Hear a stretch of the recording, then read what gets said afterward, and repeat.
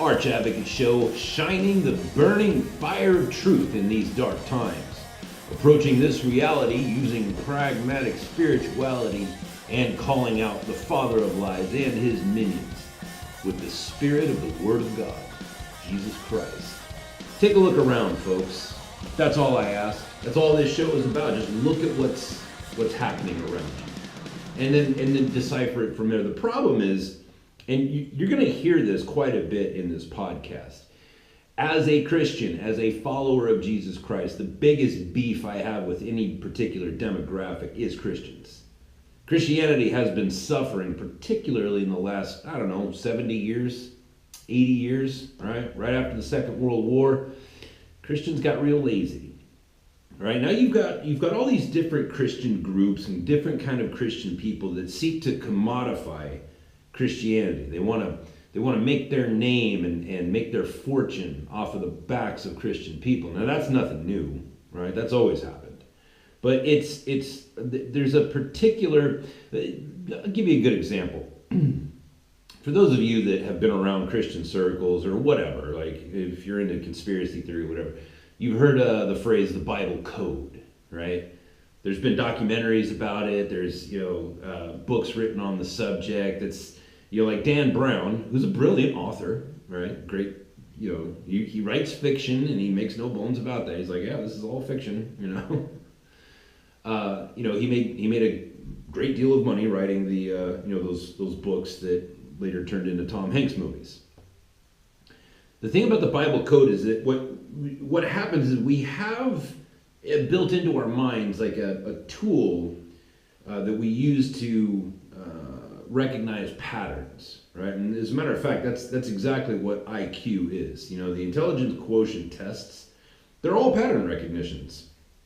Right? Can you recognize the pattern and can you predict what the next pattern is going to be? That right? Go to Google IQ test, and you'll see what I'm saying. It's like when you see those tests, it's like pattern. Can you guess what the next thing is going to be based on the pattern, based on the information that you've given? That's what IQ is. It's a very necessary part of the human experience. Right? It's what's going to save your life is can you recognize the patterns? Right? It's going to protect you. It's going to enrich you. It's going, like if you're all of a sudden feeling sick for no reason, right? Well, what do you got to do? You got to go in your mind and be like, well, what did I eat? Did I eat anything different? Did I eat some chicken that smelled funny? Did I try some new weird exotic fruit from some weird land? You know what I mean? Like you have to go back, through the records in your mind and say like, oh, did I do? Is there something that's out of step, out of pattern? Did I do something? And if not, then it's you move on to something else. Did I touch a door handle and then rub my nose afterwards? Did I just get off of an airplane? Filthy. Listen, I fly a lot. Well, I used to fly a lot. Airplanes are filthy. It's just you're in a can of compressed air that has had thousands of people in it in the last week, and you have no idea. Did those people wash their hands? Are they the type of people that take a leak, right, and give it a shake, and then instead of washing their hands in that weird little airplane sink, they just say, forget it, and go back to their seat, and then touch the little handle. You know what I mean? Like it's ugh. Listen, and I'm not necessarily a germaphobe. I'm not a fan of germs. I'm not a germaphobe. What I'm saying is like pattern recognition, right? Christians have a tendency, in large part, to subscribe to the idea that there's some hidden code in the Bible. And they get all weird, like, oh, there's a code, and it's going to tell me when the second coming of Jesus Christ is going to be, and it's going to tell me that Barack Obama is the Antichrist, and Bill Clinton is the Antichrist, and all Democrats, and George Soros, and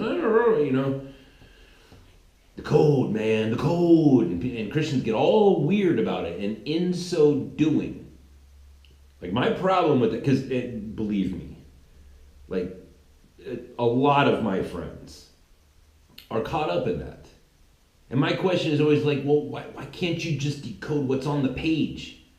Why can't you just look at what's on the page and decode that? I will listen to your weird mathematical scheme once you know what I mean? Like why don't you go through the gospel, read what Jesus actually said, and tell me what that means. Oh no, man, you got to understand that, in the in the Hebrew text, in every seventh letter, and if you take every seventh letter and you put it together, it's like, oh, come on, dude. Just read what's on the page. Why can't you just see what's on the page? It's right there. And there's things in like modern day Christianity, both in Catholicism and the Protestant church, it's absolutely baffling to me how it's like, how can you not see this? How can you not meditate on this? Right? You go through the Gospels, every single time Jesus talked to somebody, particularly crowd, every single time he talks to a crowd of people, they walked away horrified. And it's right there on the page. There's no secret, right? It's not some hidden thing. It's like, and then Jesus addressed the crowd and they all went away mad. Right? So the question becomes like, well, if Jesus said something to those people, and we can read what it was that he said, if our response is not horror, to be terrified by what Jesus said, then perhaps we didn't hear what was said.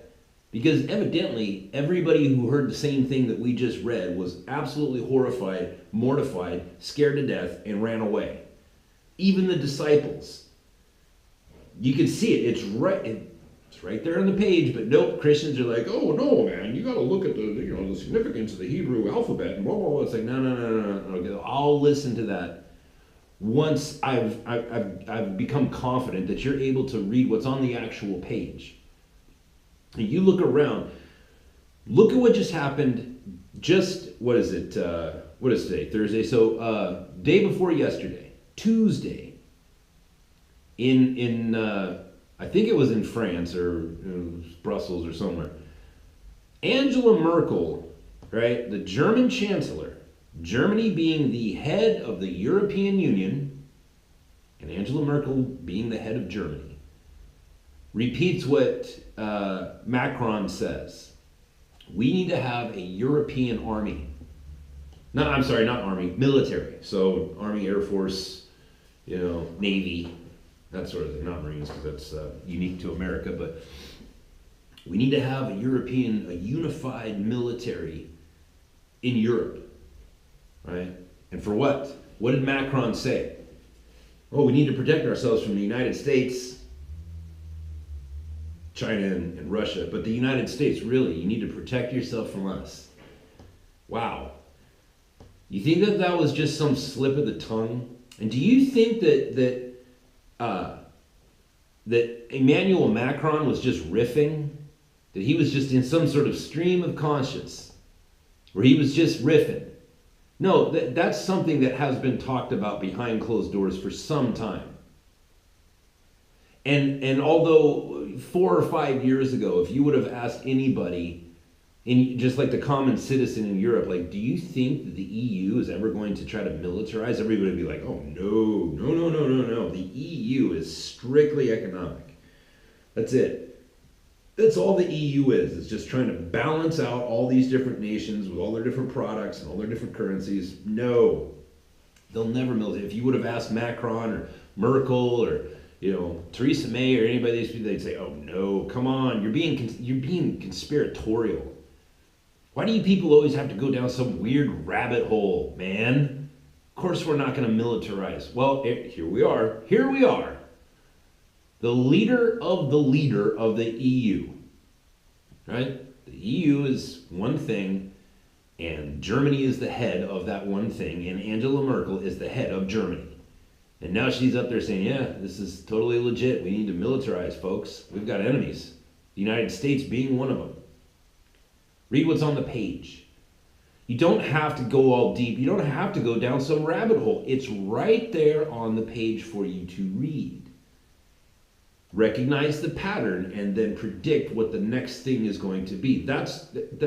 Listen, when it comes to general prophecy, right? Prophecy being, and by the way, I'm misusing the word prophecy here. Prophecy actually is not exclusive to predicting the future, but in this context, we're just going to say prophecy when we talk about predicting the future, right?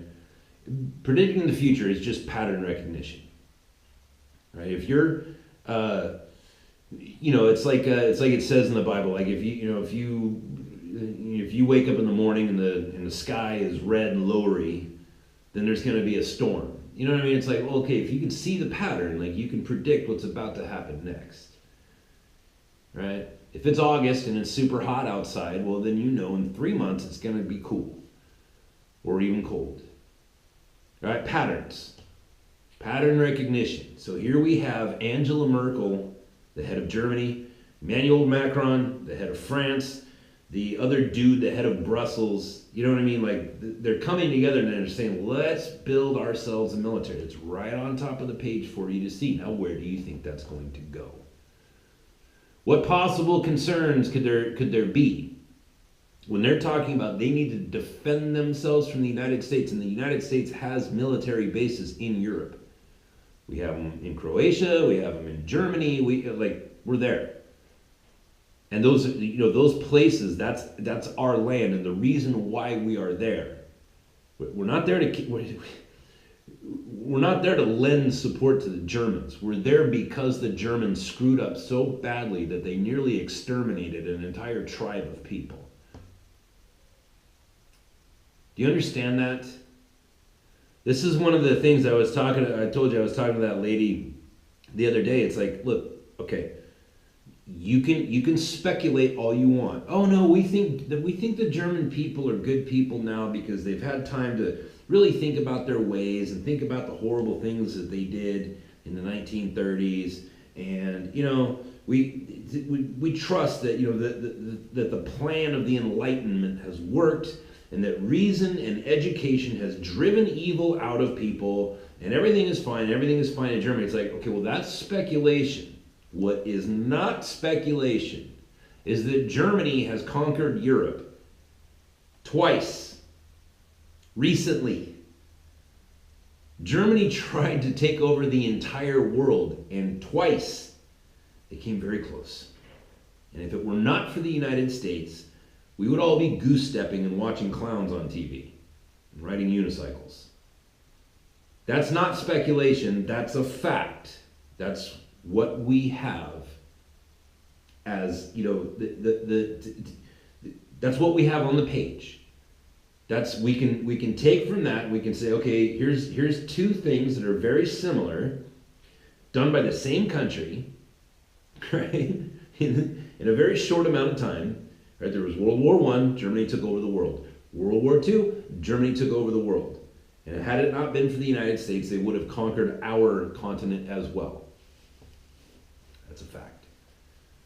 Pattern recognition. So what's the next thing, right? Piece of data. You take from those two things and you try to find the pattern. And you say, okay, well, what's the next thing? How about number 3? How about Germany taking over Europe a 3rd time? Now they're talking about militarization. How many different ways can this possibly go wrong? How many different ways can this possibly go wrong? And is there a pattern? Is there a precedent? Is there a historic precedent for Germany taking over the world? Well, yes, there is, in fact. Right? So, again, my heart is not towards trying to fix Germany or trying to get the European people to wake up, right? Or trying to get Americans to wake up. That's not my thing. My thing is trying to get Christians to wake up. Stop wasting your time trying to find the code, trying to find the noise in the signal. It's like, why don't you just read what's on the page? Why can't you just take from the teachings of Jesus Christ and take what's written down for you to read? And don't get all weird. Don't start getting into, here's another thing that's particularly funny with Christians is that there's a deep need for spiritual demonstration, right? Like everybody wants to see miracles. Everybody wants to see the dead raised and the demons cast out and the sick be healed and all those things. We want to see. We want to see financial intervention. Oh God, I'm so in debt, I'm poor, and I don't have enough money to pay for my sick kid. Like, we all want to see the chariot of fire. But that's not how it works. That's not how it works. And if you would just go back through the scriptures, like, you would see how miracles work. And you would see some very depressing things, like the entire Hebrew nation saw the Red Sea part, and days later they were worshiping a golden cow. So what does that tell you about that miracle? It tells you that it wasn't spectacular. There was no chariot of fire. There was not some invisible hand that came down and made itself visible to everybody, and they were like, oh, that's good. Because if it did, those people would have never have worshipped that golden cow. So what does that tell you about that miracle? What does it tell you about the miracles of Jesus Christ that turning water into wine, he raised Lazarus from the dead, he, cursed the fig tree, all these things, he healed all these different people, and yet the people were not convinced. What does that tell you about the miracle? It tells you that there was nothing spectacular about it. There was no, pillar of fire that came down. You know what I mean? It was just, here's Lazarus. Everybody thought he was dead. And the next minute, he's walking around. And so naturally, people just thought, well, I guess he wasn't dead in the first place then. Because there was no spectacular thing that happened. So it was easy for people to just justify it in their mind, like, oh, this was a natural occurrence. And it says so about the parting of the Red Sea. It says it was just wind and waves. That's all the people saw. They didn't take into consideration, like, oh, wow, Pharaoh's army had us backed up against the Red Sea, and all of a sudden it just so happened that the wind and the waves came at precisely the right time, but that's not what they saw. All they saw was wind and waves.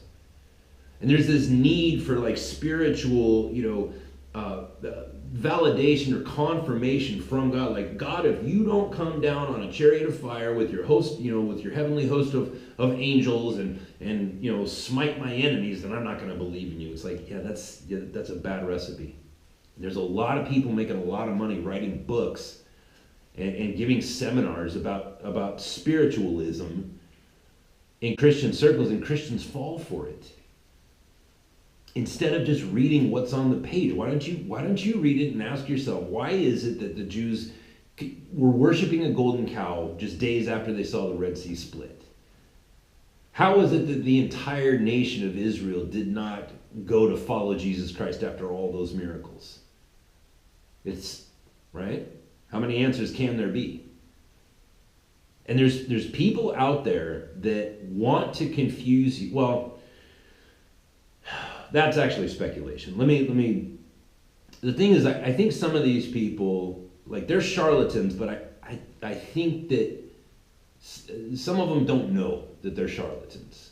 I like, when I look at guys like Joel Osteen and Creflo Dollar and these kind of people, it's like, I think those people are evil, but I don't think that they know. I think there's a tendency to get real comfortable. Here's Joel Osteen, his dad built a church, and then he took it over and he built it up even bigger, and now he lives in a gigantic mansion, has unexhaustible wealth, tens, probably hundreds of millions of dollars, private jet. Everybody loves him in his neighborhood. Everybody respects him. I think that there's a tendency to get lulled into buying your own bullshit. You know what I mean? Like, I was watching, there was a as a podcaster, I constantly have to learn, like, how to podcast, because I don't have it figured out, by the way.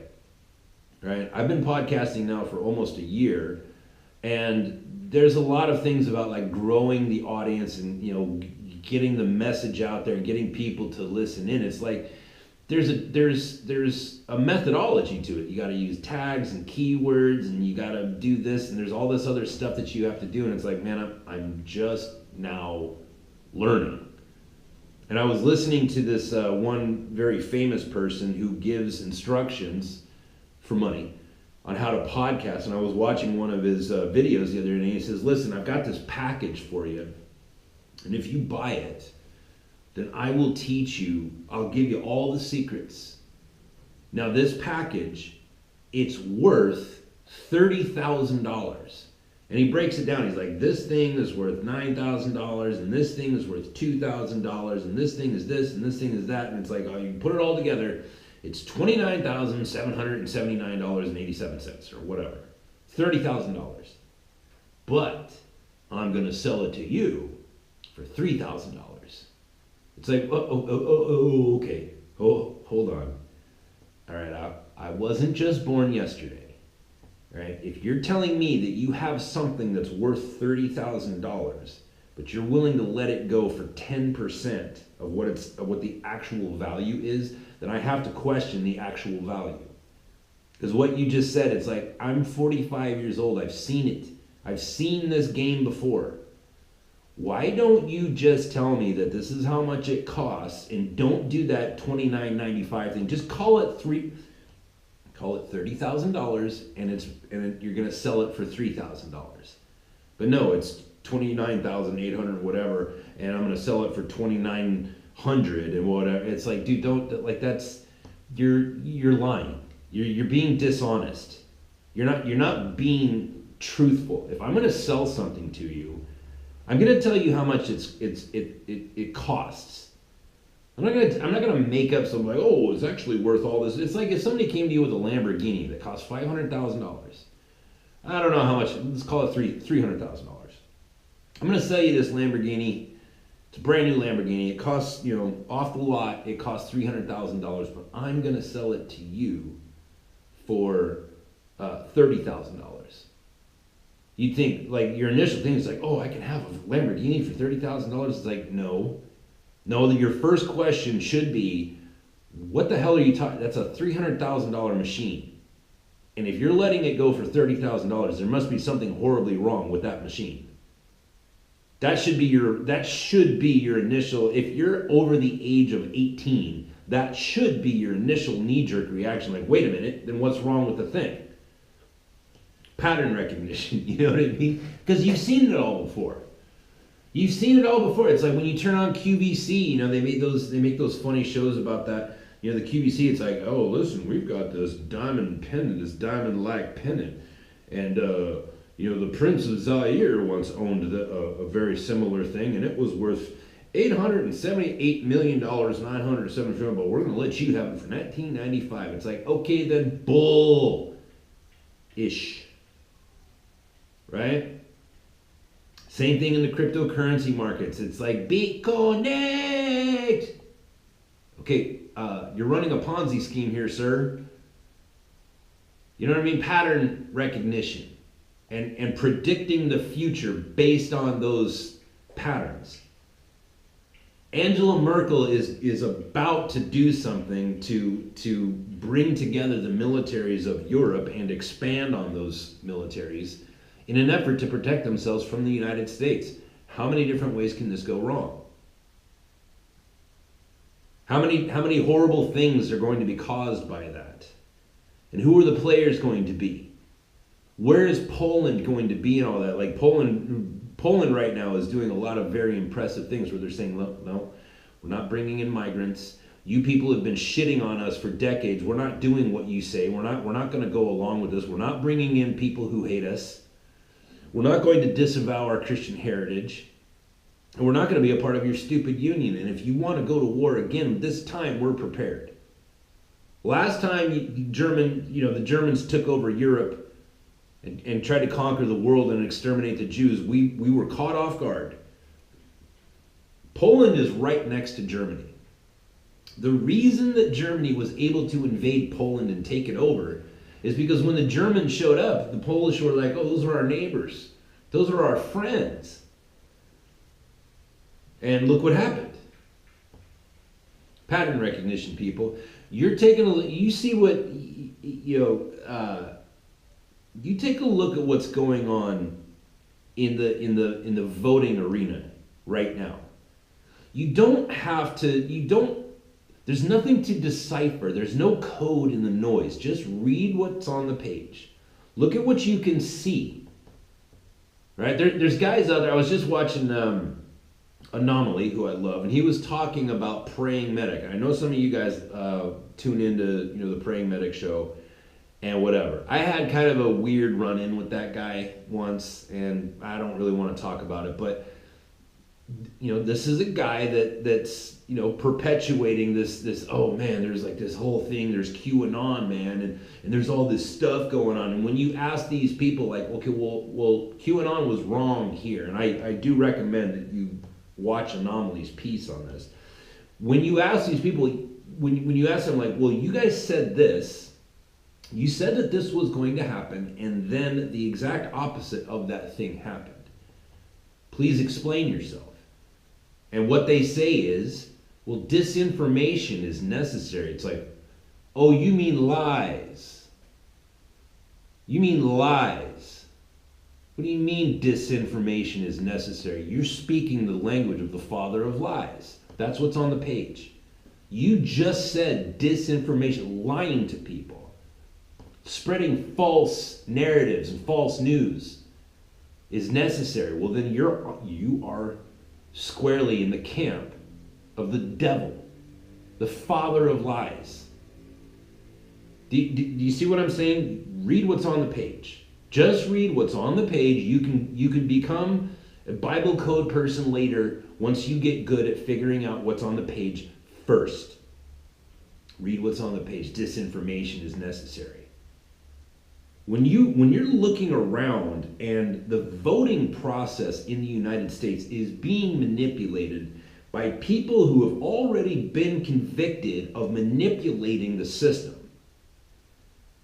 That lady down, Brenda Snipes down there in Broward County, she's already been convicted of doing the very same thing that she's being accused of doing now. How does she still have that job? That's what's on the page for you to read. There's no Bible code in that. There's nothing for you to figure out. There's just what's on the page, and that's what's happening to your nation. Meanwhile, the Second Amendment is under attack. Why would somebody want to disarm you? Oh, well, Pete, there's all these horrific gun crimes where children are dying. Don't you care about the children? The demons say, don't you care about the children? Okay, well, let's back up a little bit. Let's back up and let's approach gun control. All right, what does that mean? Do you want to get rid of all the guns in America? Just ship them off to some deserted island and then drop a nuclear bomb on that island? Okay, well, two things. How are you going to get the criminals to turn in their guns? How are you going to do that? Oh, well, we have police. We have police now. Chicago is I believe, has the most strictest gun laws in the United States, and they are the most violent. How are you going to get those people to come out and turn out their guns? Are you going to raid their homes? Are you going to put together a military strike force and deploy it on U.S. soil? And go into the ghettos of Chicago and go through everybody, turn over everybody's mattresses, look underneath everybody's couch?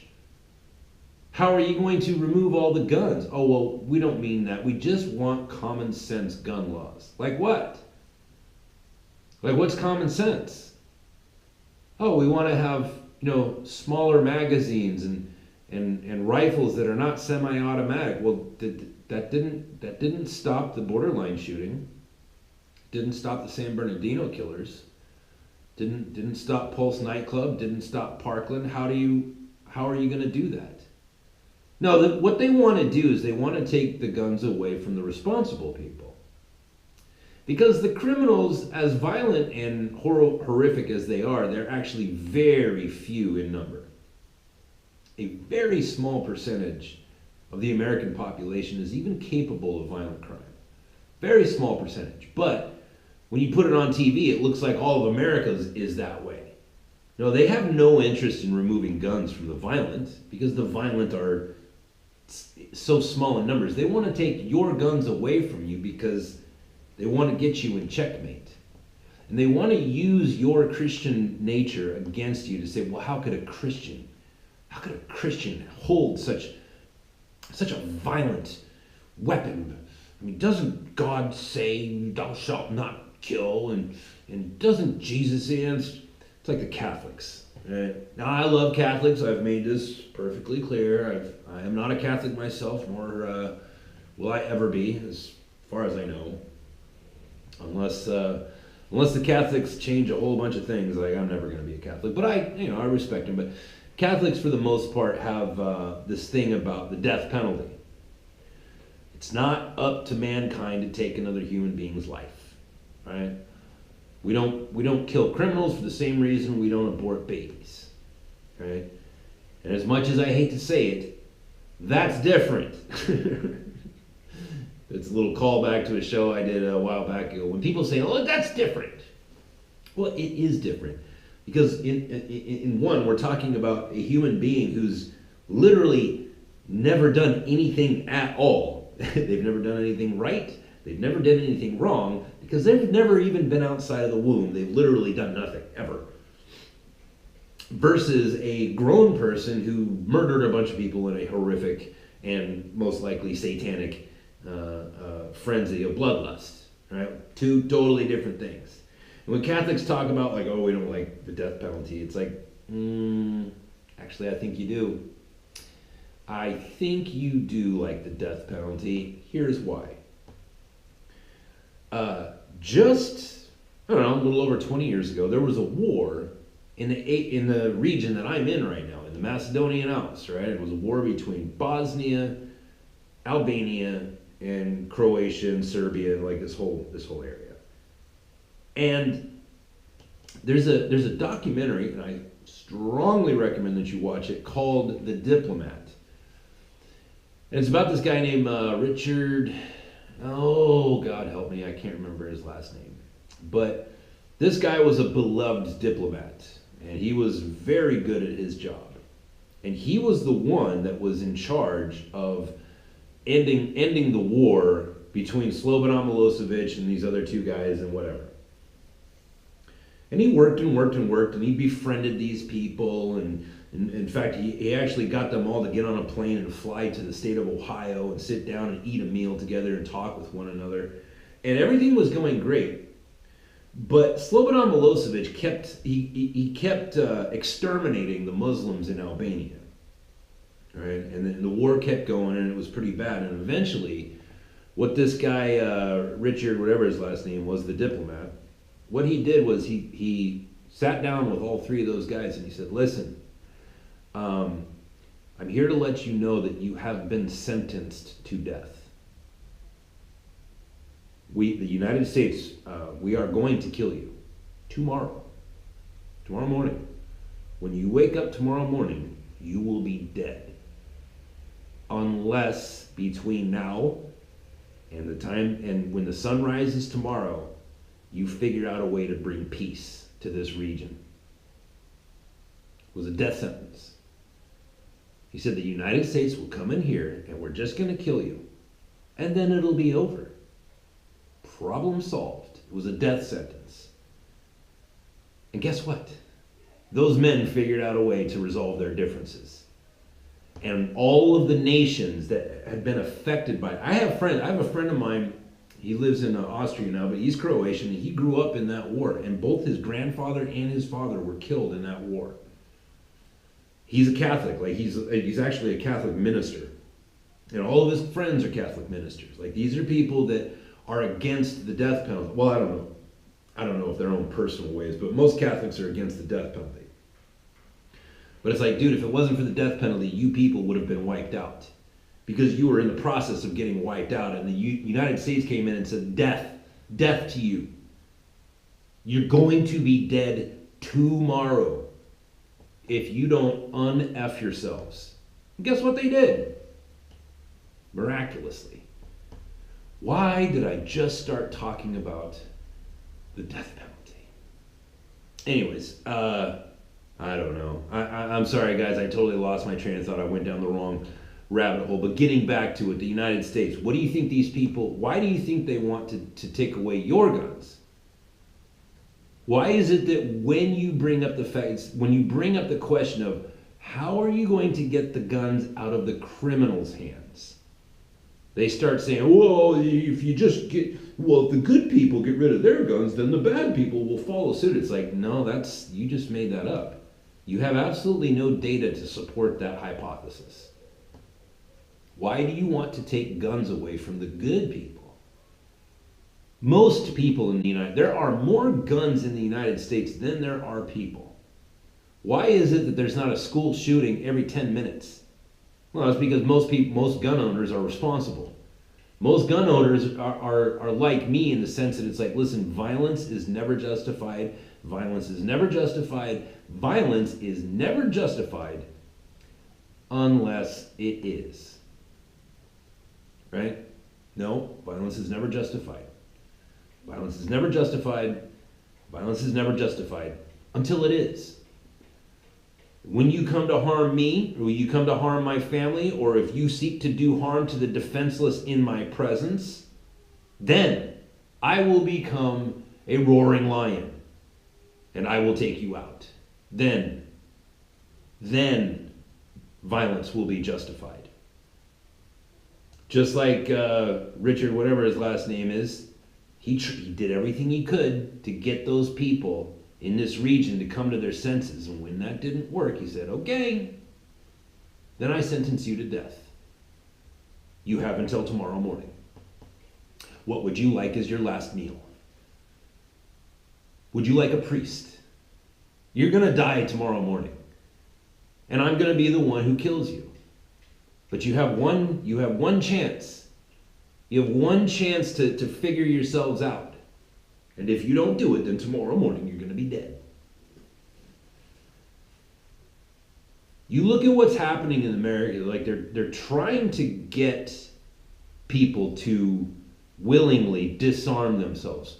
Has that ever been a good proposition for any nation? People would say, well, look at England. Look at Australia. These are countries that have complete weapons bans. Not even the police have weapons in a lot of cases. And sure enough, they'll tell you, like, look, gun violence has gone way down. And yep, they sure did. They sure did. And other types of violence skyrocketed. All right? You think, number one, you think trying to disarm, I don't know, half of the American population, you think that's going to be some easy endeavor? You think you're going to get people to just stand up, grab their weapons, throw them in the back of the car, and drive them down to the local police precinct? You think that's going to happen? You know what I mean? Like, look at what just happened in Maryland. Look at what just happened in Maryland. Somebody called up the police and said, hey, there's this guy and I think he's a danger to people. You should go take his guns away from him. That man was killed in his own home just days ago. California, they have, you can't have magazines that hold more than X amount of rounds, and you can't have this, and you can't have that. And it's like, yeah, but you're like one of the most violent places on the planet. Pattern recognition. Read what's on the page. There is nothing to decipher here. It's right there on the page for you. They want to disarm you, and then they want to control you. And that's what it's always about. It's always about control. Why does Germany have a history of taking over Europe? Because it's about control. They want control. And for the third time now, they're seeking to acquire control. People have not gotten better over the years. Our level of education and our enlightenment and our revelations that we've had about architecture and engineering and biology and all these things, it has not removed the human condition that we are rotten, that we want control. We want to be the ones in control. And the only way to correct that problem is you've got to go to the cross. Right? That's the message of the cross. Is like, you are human and you need to be crucified. That old man has to die and be reborn. And outside of that, you're always just going to be a human being. You're always going to have that need for control, that need for power. Look at these people. Again, it's right there on the page. Hillary Clinton goes on TV and says, when the Democrats take back power. She says it. She says it. It's about power. We will be civil once we regain our power. That's what it is. That's what they want. They want power. You look back at George Bush signing in the Patriot Act. Again, it's right there on the page. There is no conspiracy theory. You don't have to read into it. You don't have to figure out the Bible code. There's no code for you. It's right there on the page. The Patriot Act. George Bush signed that in. A guy that I voted for in the second term. Sorry, everybody. It's right there on the page. Hey, if we call you a terrorist, then we have the right as the American government to take you, snatch you up, take you down to Guantanamo Bay and put you there, and there's not a damn thing you can do about it. Huge violations of the Constitution. And it's right there on the page. There's nothing for you to decode. It's right there on the page. So be ready. Right, what else? Fox News. Wanted to talk about this. Why does Fox News suck so bad? So Jim Acosta gets his press pass pulled. And CNN decides to file a lawsuit claiming First Amendment violations against the White House. It's like, okay, well, hold on a second here. CNN did not have their press passes removed. There's still like 30 CNN representatives that still have White House press passes. So clearly it can't be that. Clearly it is Jim Acosta's an asshole and he got his ass kicked. And Fox News jumps in and says, they make the statement, and granted, look, it's just posturing. Like Fox News is trying to put themselves in a position where when there's a Democrat president and the Democrat president kicks out a Fox News representative, that Fox News can come back and say, hey, CNN, remember when we had your back? That's posturing, but I don't agree with it because it's like, no. Don't try to make this about the First Amendment. The First Amendment's not been violated. President Trump did not say he wants to nationalize the press, nor did he say he wants CNN out of the White House press corps meetings. He said he wanted this one douchebag out of there. That's it. And again, Fox News, it's so frustrating. I wish Tucker Carlson would leave. Right? Hey, Tucker Carlson, you've got a lot of money. Why don't you take your money, go do like Dave Rubin and all these other people, Alex Jones and Young Turks and like all these people, Steven Crowder, all these different people. Why don't you take your enormous wealth, go build a studio in your garage and do your own show. Just do your own, get away from those people. That's a bad, it's coming. It's coming for Fox News.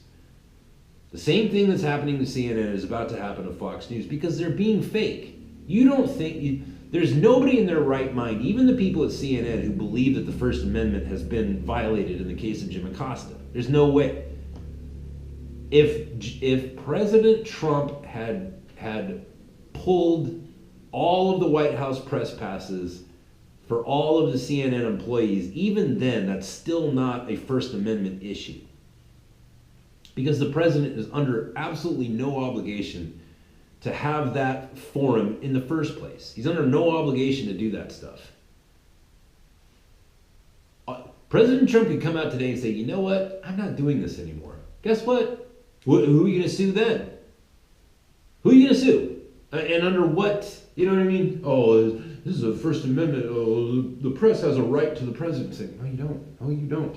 There is nothing in our laws that says he has to do that. Nothing. Nowhere. It's nuts. Anyways, I hate Fox News. I like Tucker Carlson. I wish he'd leave. I like Greg Gutfeld and his entourage. I wish they would leave.